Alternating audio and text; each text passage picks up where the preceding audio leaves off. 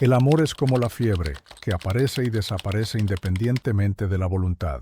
A la mayoría de nosotros nos gusta considerarnos razonablemente lógicos, consideramos los datos disponibles, elaboramos juicios razonados y llegamos a conclusiones meditadas que resisten un examen minucioso. Pero hay una circunstancia que hace que incluso las personas más racionales se vuelvan frenéticas y nerviosas. Además, se trata de un hecho perfectamente habitual y no de una tragedia terrible o un trauma grave. Tener un flechazo. Uno de los estados mentales más fascinantes desde el punto de vista filosófico es el enamoramiento, especialmente común entre los jóvenes. La mayoría de nosotros los hemos experimentado y la mayoría hemos hecho cosas bastante embarazosas a su servicio. Son una extraña combinación de amor, pasión y limerencia. Sin embargo, casi nunca indagamos en las razones por las que los enamoramientos pueden agarrarnos con tanta fuerza, hacernos actuar de forma errática y, sobre todo, causarnos dolor. Y Stendhal examinó esta especial fusión de deseo y sufrimiento con gran vigor en su libro Sobre el amor.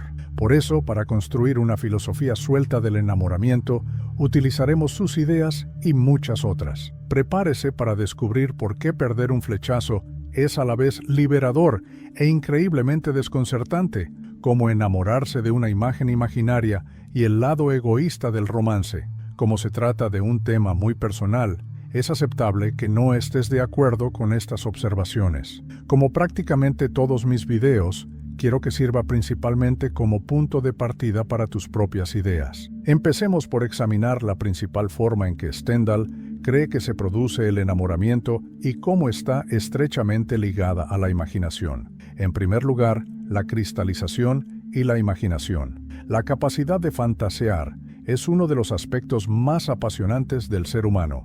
Podemos empezar a jugar con la imaginación a una edad muy temprana, creando esos pequeños mundos que explorar y disfrutar, solos o en compañía. Según algunos biólogos, la imaginación es una capacidad de supervivencia asombrosa. Nos permite prever los resultados potenciales de una gran variedad de escenarios, lo que nos permite planificar un curso de acción con mucho más detalle de lo que podríamos hacerlo si fuéramos incapaces de fantasear o imaginar.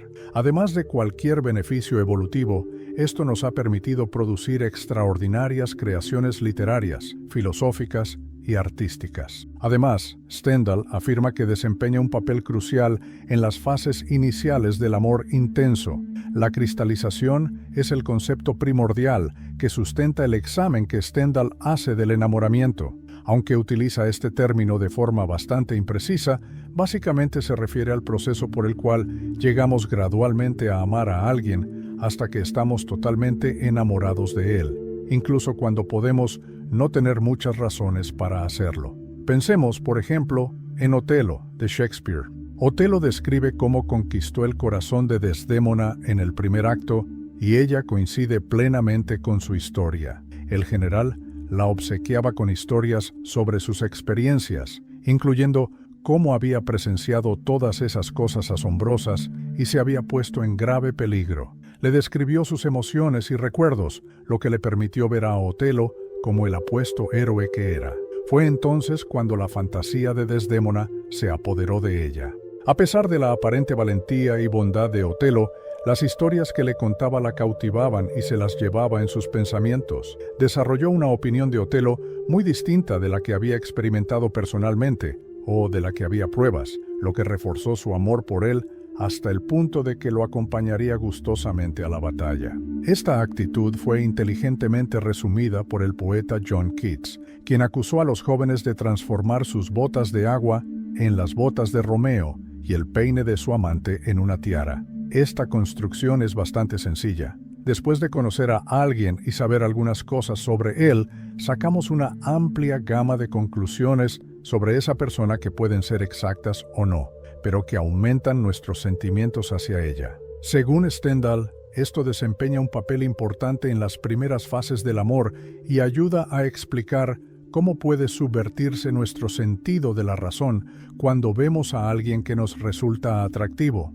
empezamos a destacar sus atributos positivos a lo largo de este proceso de cristalización y si vamos demasiado lejos, prácticamente se convierten en una caricatura de sí mismos. En algunos aspectos, esto no siempre es malo.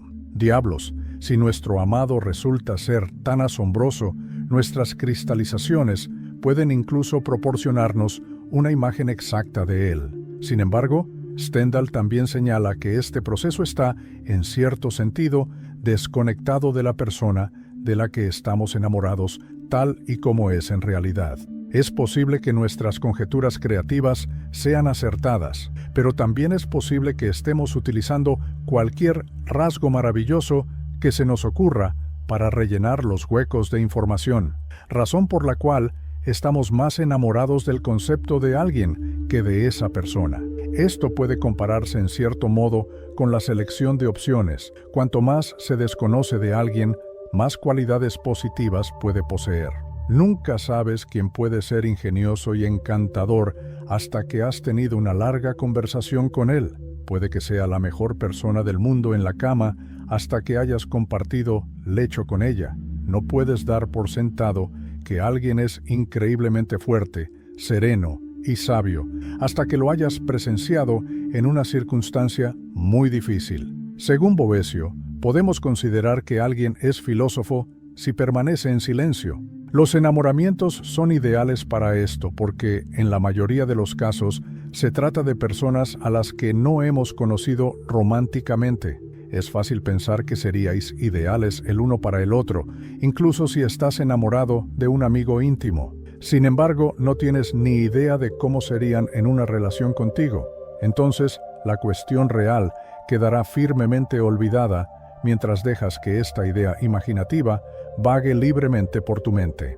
Esto es, en cierto modo, lo que diferencia un enamoramiento del comienzo de una relación. Un flechazo es solo una relación potencial antes de que se materialice. Además, las situaciones habituales de enamoramiento consiguen la mezcla ideal entre proximidad y familiaridad. La gente suele enamorarse de compañeros de trabajo, de clase o de la universidad.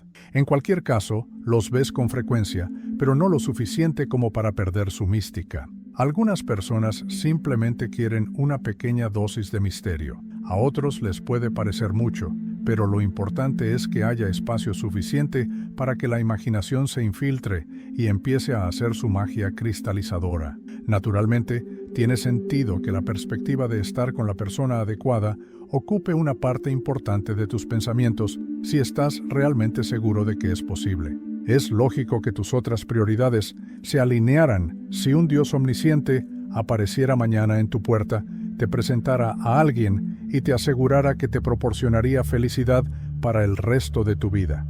Según Stendhal, nuestra imaginación funciona con tanta eficacia que empezamos a pensar que nuestro amante cristalino existe realmente. Como resultado, nuestra psique se centra naturalmente en ellos, a veces hasta el punto de la obsesión. Por desgracia, si la imagen idealizada se destruye bruscamente, también puede producirse una decepción extrema. Según Stendhal, esto puede llegar a ser extremadamente excesivo. Cuando te sientes muy enamorado, prácticamente todo puede traerte recuerdos de tu media naranja. Por ejemplo, puedes ver un libro que crees que le gustaría, o ver algo, y pensar cuánto mejor sería si estuviera cerca. Las posibilidades son ilimitadas una vez que se entra en el reino de la fantasía, donde se puede utilizar cualquier cosa y todo lo contrario para impulsar el desarrollo de la aventura amorosa. Naturalmente, no todo el mundo experimentará esta emoción en el mismo grado. En cuanto a la cristalización, creo que a medida que envejecemos, nos acostumbramos a mantener los pies en el suelo. Sin embargo, sigo creyendo que Stendhal da en el clavo. Muchos otros intelectuales también lo han señalado, desde la idealización mutua de los amantes en Così fan tutte, de Mozart, hasta la adoración de Julieta como el sol por parte del joven Romeo.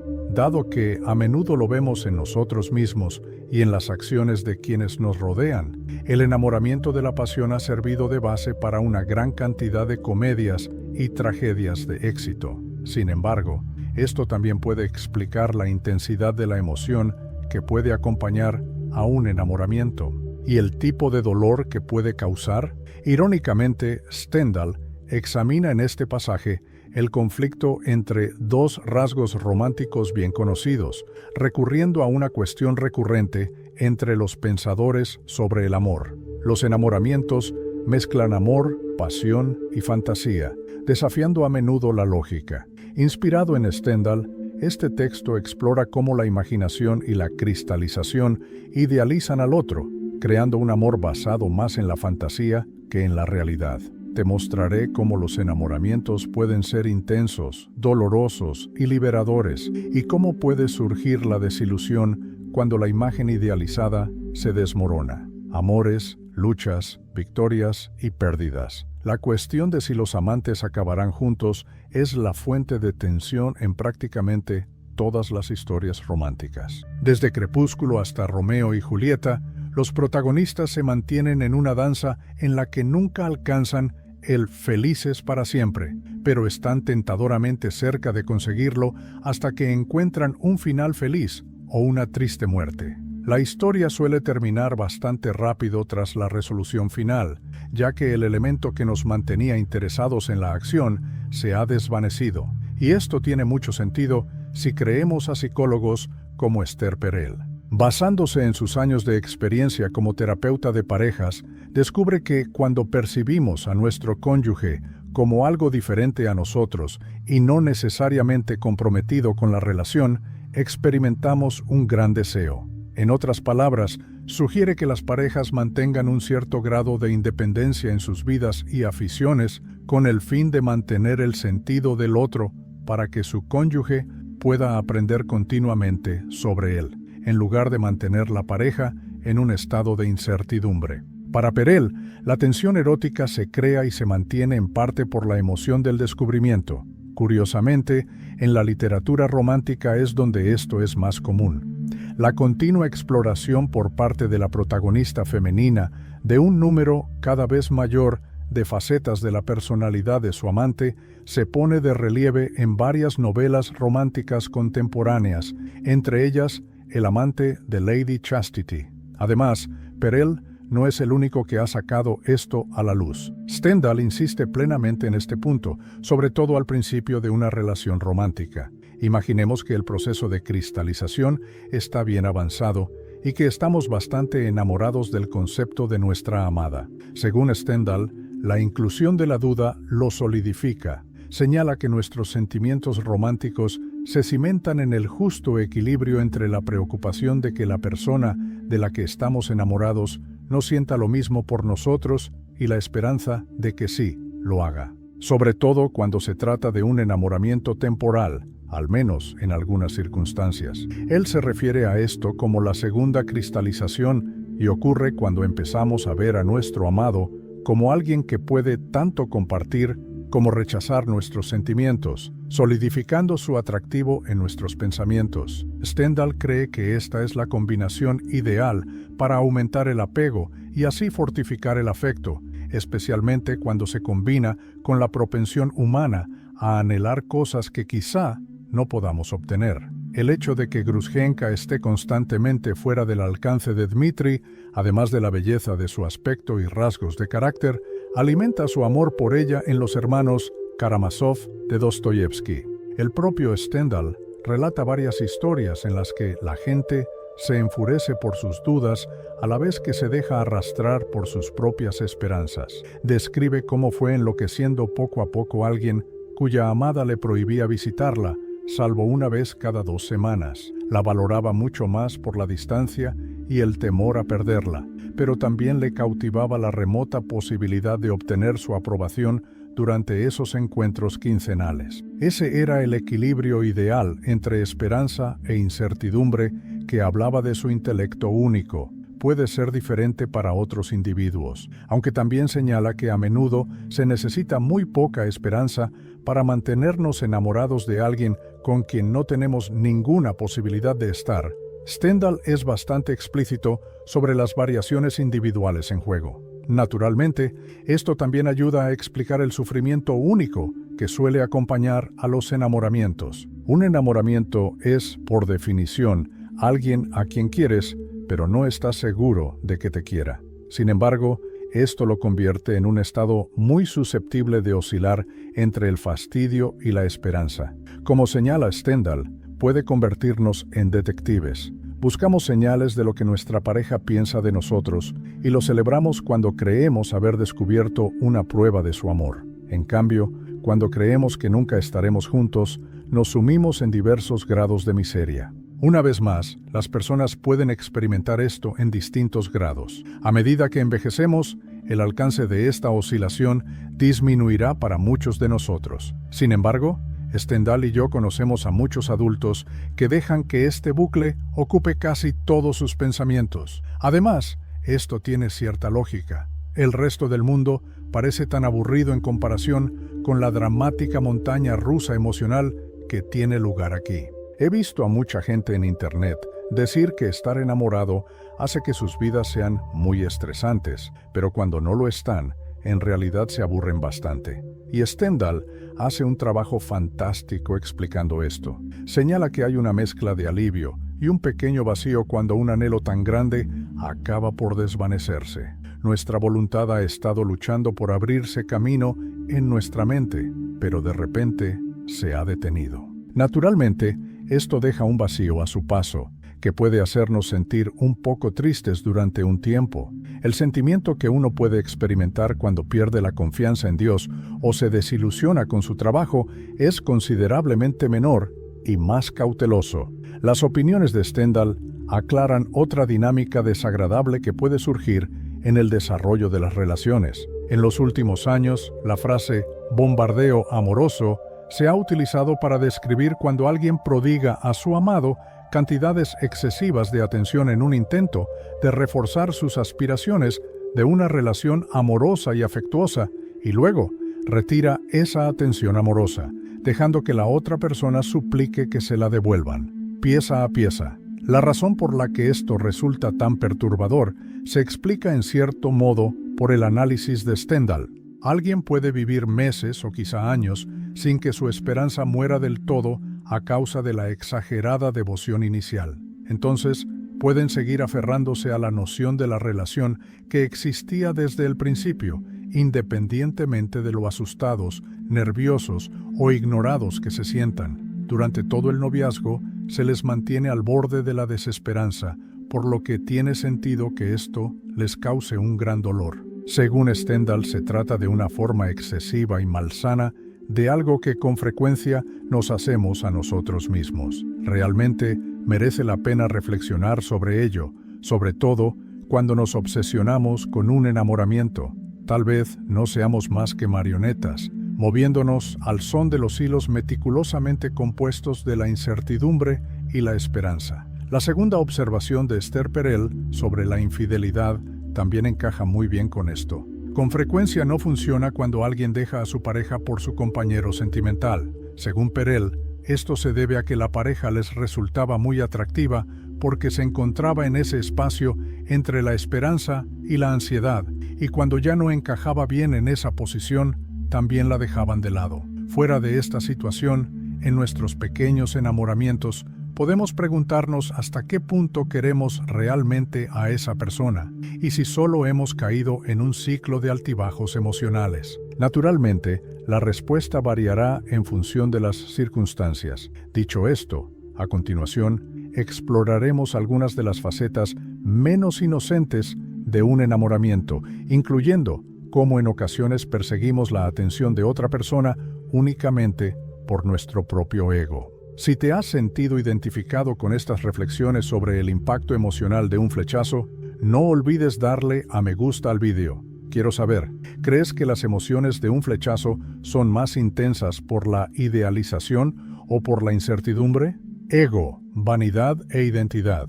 Stendhal distingue 4 categorías de amor al principio de su obra. Hay otros tipos de amor: el amor vano, el amor apasionado, que es el tipo de admiración sincera que hemos estado examinando hasta ahora, el amor cortés, que es una especie de juego formal, y el amor físico, que se centra únicamente en el sexo. Quiero centrarme en este último tipo de amor para esta sección, ya que pone de relieve un motivo muy común de enamoramiento que a menudo intentamos pasar por alto. Stendhal utiliza el término amor vano para describir nuestra propensión a sentir algo por alguien basándonos en el cariño que nos profesa y no en su identidad o sus rasgos personales. Por ejemplo, imaginemos que, como yo, usted se crió como un adolescente desgarbado y de aspecto algo torpe, que con frecuencia se sentía algo antiestético. Al hacerte mayor, es posible que busques el afecto de los demás porque crees que necesitas pruebas de que no eres un ser repulsivo, sino aceptable y adorable. James Fosshager, psicoanalista, describe la crianza de su paciente Natalie, en la que experimentó un gran rechazo como consecuencia de sus intentos de querer a la gente.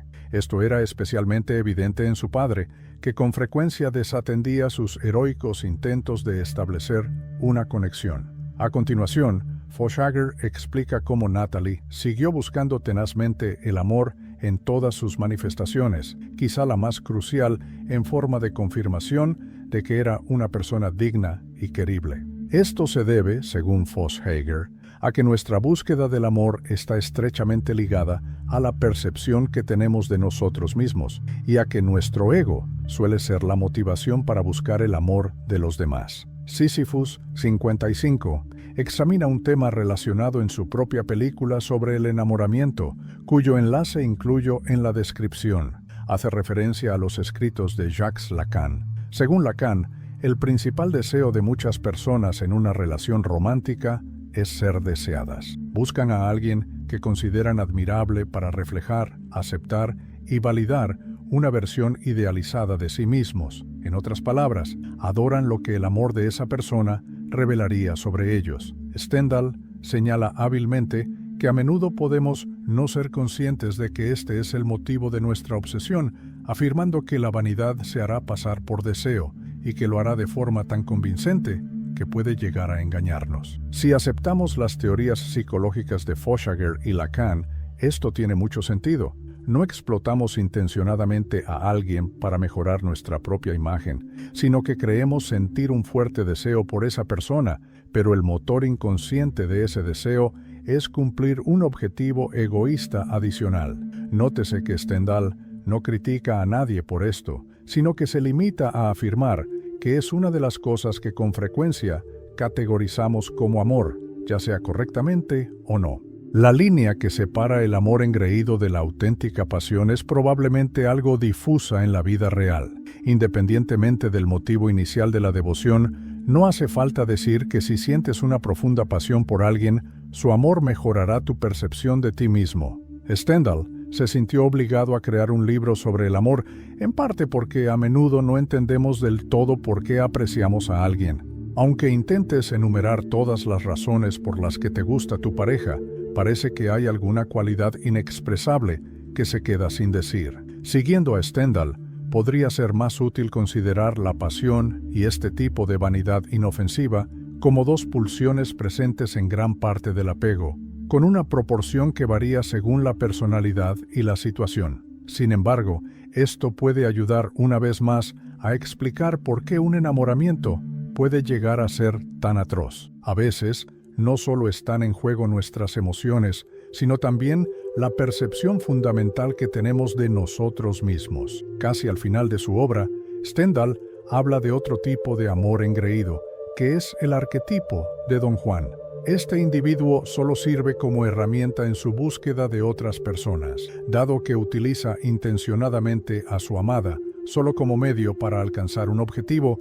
Ni siquiera parece apropiado afirmar que la ama. Como siempre están poniendo a la gente a una distancia emocional, están mucho más preocupados por el número de amantes que por el vínculo genuino que tienen con ellos. Aunque es evidente que Stendhal se refiere en este caso al estereotipo del hombre mujeriego, no hay ninguna razón para que esto tenga que estar relacionado con el género o incluso restringido al sexo. Ese individuo tendrá el mismo espíritu de utilizar a alguien, manteniéndolo emocionalmente distante si lo mantiene intencionadamente cerca, porque prospera con su aprobación o su prosperidad monetaria. La principal característica que los distingue es su intenso amor por uno mismo, que los hace ciegos al dolor que infligen y creen que solo ellos son capaces de la felicidad o la tristeza. Stendhal hace aquí una observación válida por dos razones. En primer lugar, probablemente nosotros mismos deberíamos evitar ser como Don Juan. Muchos de los más grandes pensadores éticos de la historia, como Aristóteles, C.S. Lewis y Hannah Arendt, han señalado que el camino hacia la crueldad es muy largo y solo disminuye un poco. Aunque al principio no queramos utilizar a alguien de esa manera, con el tiempo desarrollamos gradualmente un hábito que acaba convirtiéndose en una cualidad de nuestro carácter. Y sin proponérnoslo, hemos infligido, sin saberlo, un grave perjuicio a otra persona. Y lo que es más importante, Stendhal cree que adoptar esta mentalidad instrumental nos impedirá vivir un romance duradero, ya que, al mantener a la gente apartada, garantizamos que nunca desarrollaremos un vínculo íntimo y verdadero con nadie.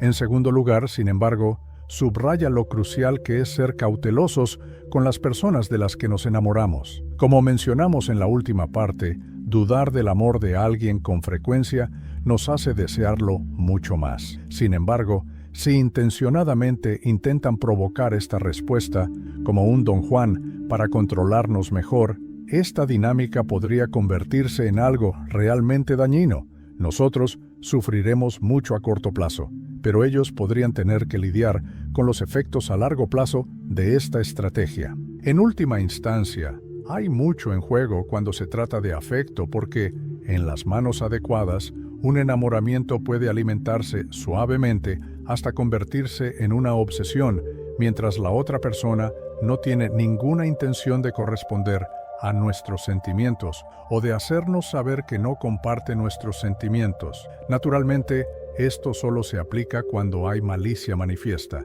lo cual espero que no sea muy frecuente. Por último, sin embargo, quiero hacer de abogado del diablo ante la idea de que los enamoramientos son esencialmente estúpidos y contrastar el método de Stendhal con algunas otras ideas. Ahora quiero saber, ¿crees que es posible separar completamente nuestros deseos románticos de la búsqueda de validación personal? Respetar el enamoramiento. A menudo nos imaginamos algo extremadamente infantil cuando pensamos en lo que es un enamoramiento.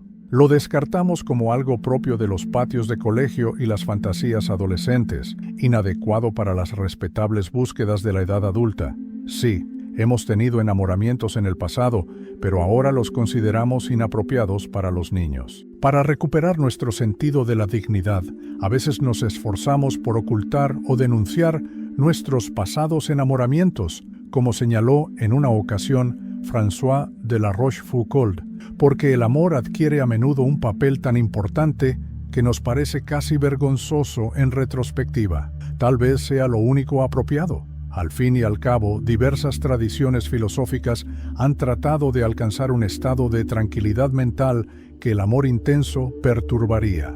El fundador del estoicismo, Zenón de Sitio, reconoció que el deseo era un mal estado, ya que perturbaría la serenidad natural que él denominó alegría. Escritores posteriores como Epicteto y Marco Aurelio repitieron esta idea, advirtiendo del peligro de permitir que los altibajos de la vida fuera de nosotros repercutan en nuestras emociones interiores. Según Schopenhauer, la única forma de liberarse de los ciclos recurrentes de tristeza de la vida es controlar gradualmente nuestros propios deseos hasta volvernos naturalmente austeros. Y el problema del amor intenso es que destruye nuestra paz interior. Al ser un deseo poderoso y emocionalmente invertido, toma el control de nuestros pensamientos y hace que nos preocupemos profundamente por cosas que están completamente fuera de nuestro control, independientemente de si la otra persona siente lo mismo que nosotros. En esencia,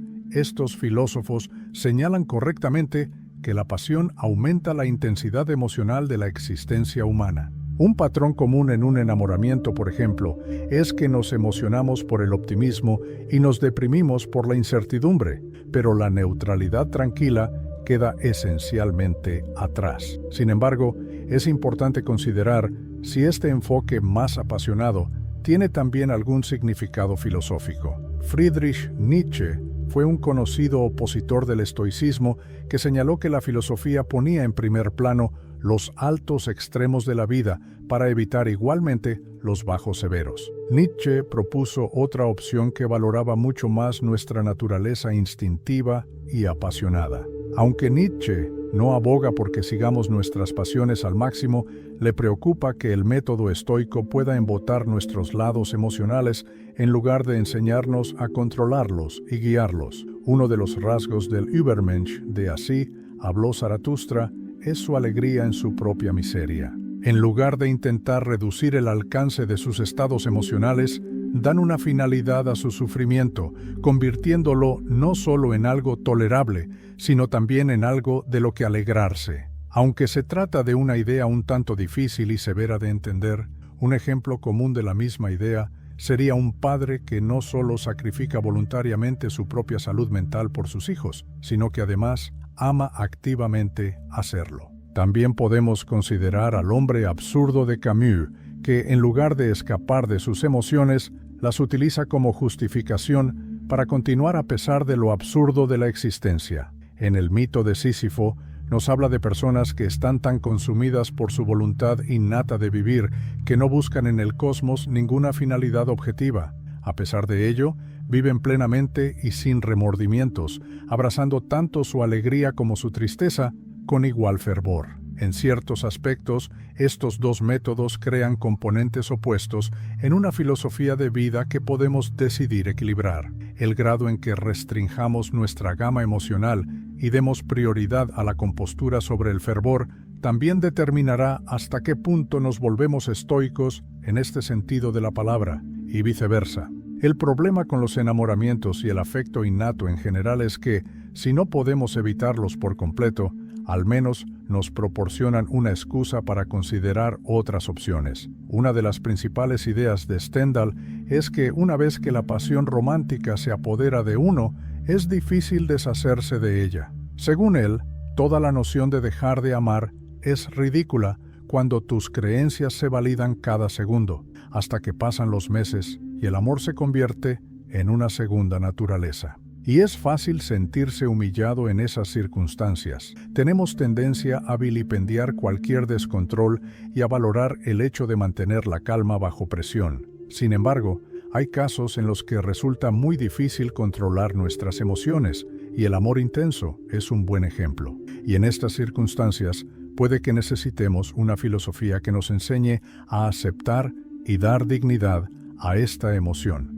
Esto es lo que Stendhal intenta hacer a lo largo de todo el libro. Nos recuerda que nuestras pasiones son totalmente naturales y que, en algunas situaciones, pueden incluso hacernos más felices en lugar de burlarse de ellas. Sin embargo, no resta importancia a los aspectos negativos de la pasión y admite que pueden provocar un dolor atroz. Nos mira con ojos claros y lo hace sin juzgarnos. Nos recuerda que se trata de un aspecto muy significativo del ser humano para muchas personas. Reconoce las partes irracionales de la mente humana e incluso llega a apreciarlas, en lugar de unirse a los gritos burlones de que tal pasión es esencialmente estúpida. A fin de cuentas, este tipo de irracionalismo ha hecho un trabajo fantástico al garantizar la supervivencia de nuestra especie hasta nuestros días. Me gusta de verdad la obra de Stendhal porque ofrece un concepto del amor apasionado que reconoce el valor potencial